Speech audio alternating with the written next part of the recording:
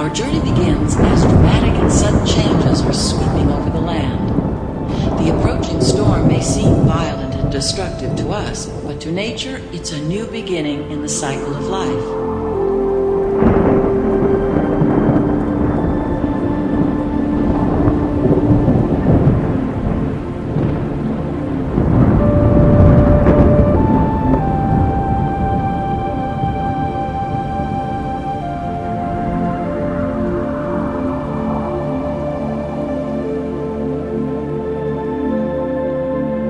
Beneath the surface of the land, roots trap water from the flowing mud, extracting precious nutrients and minerals. These elements, when combined with sunlight, create the diverse living systems of our planet.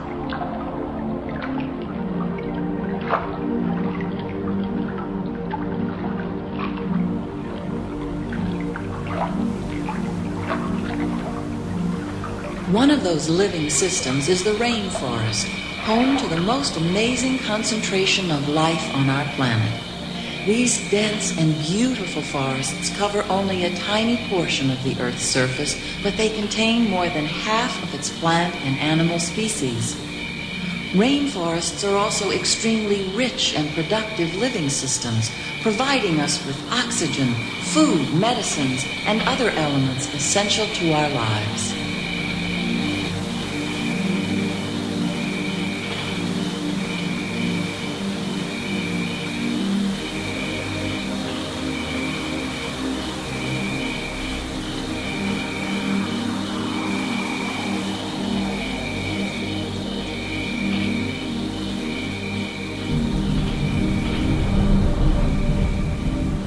Desert, nature has created a very different but no less beautiful living system.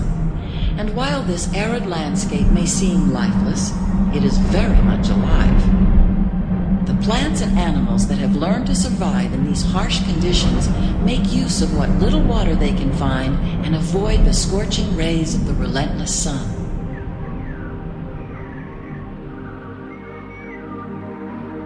The American prairie once appeared as desolate as the desert, but over time, rainwater and nutrients gradually penetrated the hard surface of this land. Even the hooves of the mighty buffalo helped create the rich soil that would one day become home to the American farm.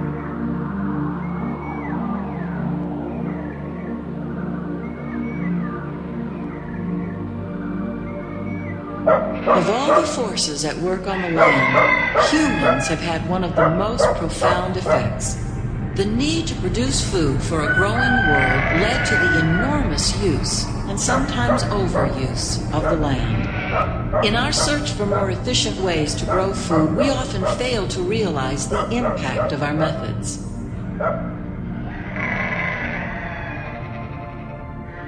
Today, we're learning to live with the land, discovering better ways to grow food that will assure both human and environmental well-being.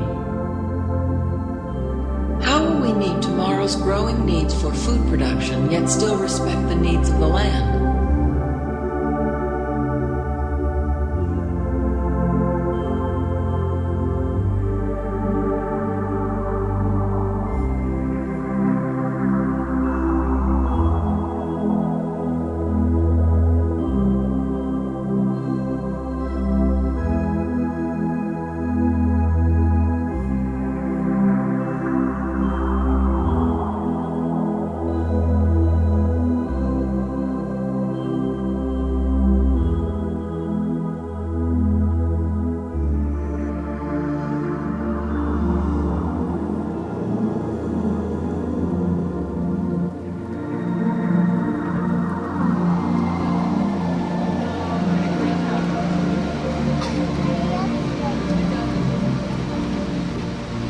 Welcome to our living laboratories, where scientists from Epcot and the U.S. Department of Agriculture are exploring innovative ways to produce bountiful harvests now and into the future.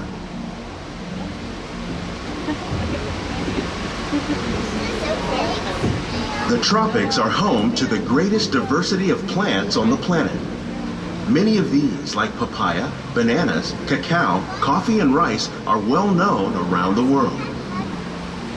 These are just a few of the edible plants that have been an important source of nutrition for people living in the tropics.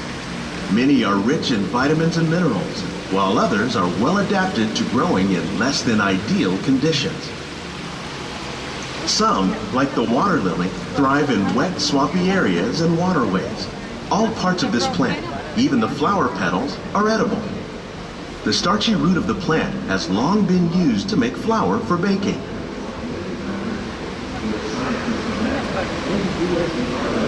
One day, many of these lesser-known tropical plants may be as important as the bananas growing on both sides of the boat. More than 28 million tons of bananas are eaten annually, making it the most popular fruit in the world.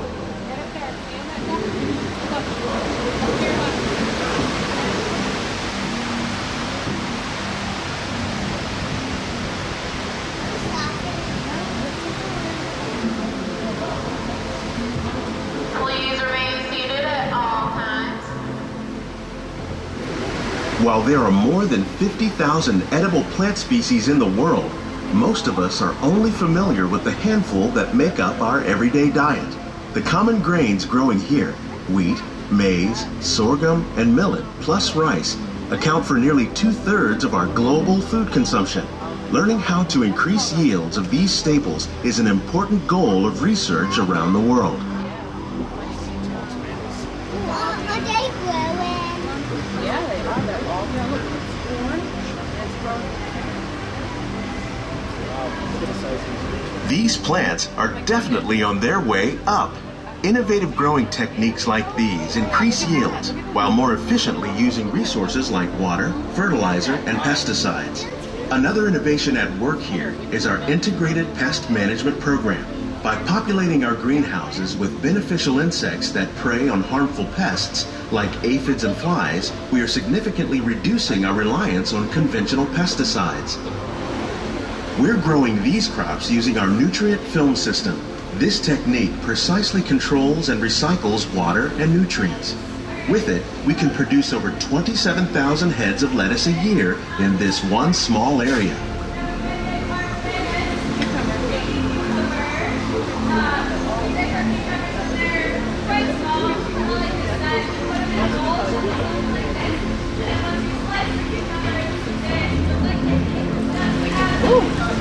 Some of our best ideas have been inspired by nature, like these fruit and vegetable trees. By growing these ground plants vertically, we can increase yields and better control diseases. These crops taste as good as they look. In fact, we serve more than 15 tons of produce from our greenhouses in restaurants here at the land every year. We stopping.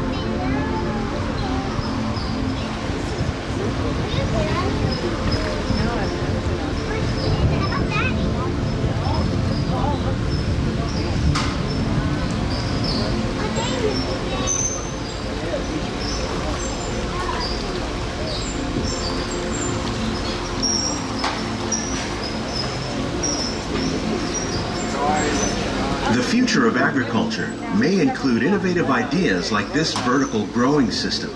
Plants grown in this way use a fraction of the space required by traditional growing methods. That saves water and increases production. The aquaponics system on your left combines hydroponics with aquaculture. The fish provide a natural source of fertilizer for the plants, and the plants help keep the water clean for the fish. It's another great way to produce more while using less.